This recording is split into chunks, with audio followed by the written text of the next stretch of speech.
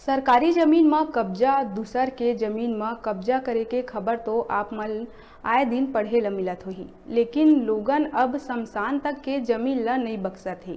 Korea जिला के मनेन्द्रगढ़ में भी ऐसने एक दिलचस्प मामला लंबा समय ले खींचे चले आवत है।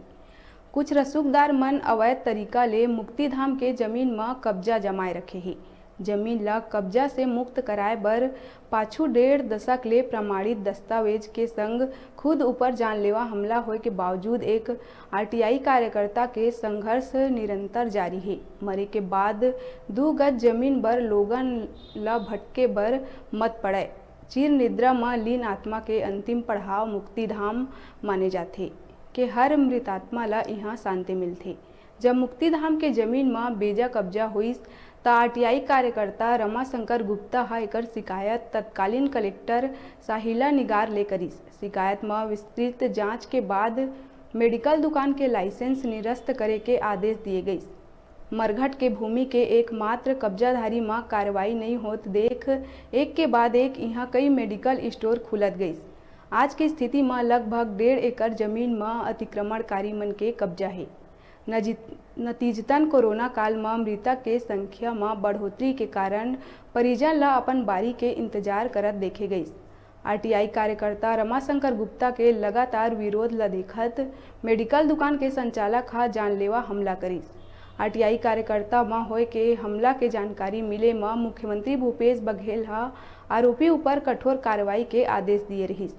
महीनों अस्पताल में रहे के बाद भी आरटीआई कार्यकर्ता के हौसला आज भी वैसन है। वो आज भी कुंभकर्णी नींद में सोए सिस्टम ला जगाए के कोशिश करत है।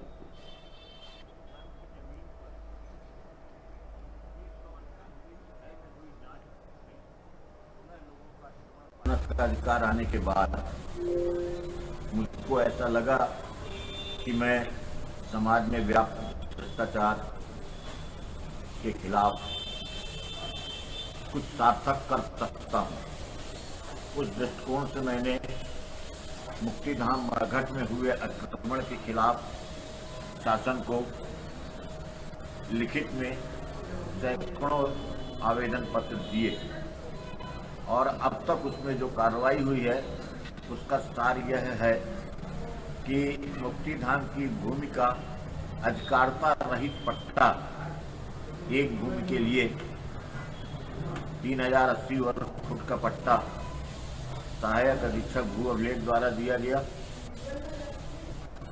कुछ लोगों से मुक्तिधाम की भूमि खाली करा ली गई।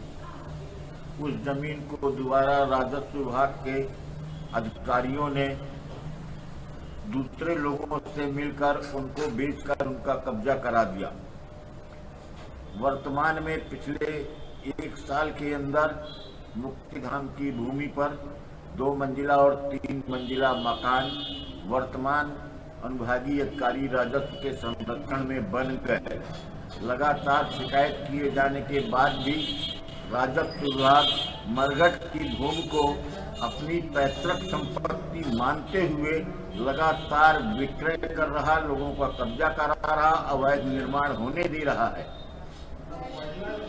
इसको लेके आप पर हमला भी हुआ था, उस पर आप क्या कहना चाहेंगे? मुझ पर जो हमला हुआ उसके लिए माननीय न्यायालय में प्रकरण विचाराधीन है, इसलिए उसके संबंध में कुछ कहना अधिक उचित नहीं होगा। अभी बेरा है छोटे से ब्रेक लेके आप मन दिखत रहा आप मन के अपन चैनल न्यूज़ 36 छत्तीसगढ़ के आवाज़।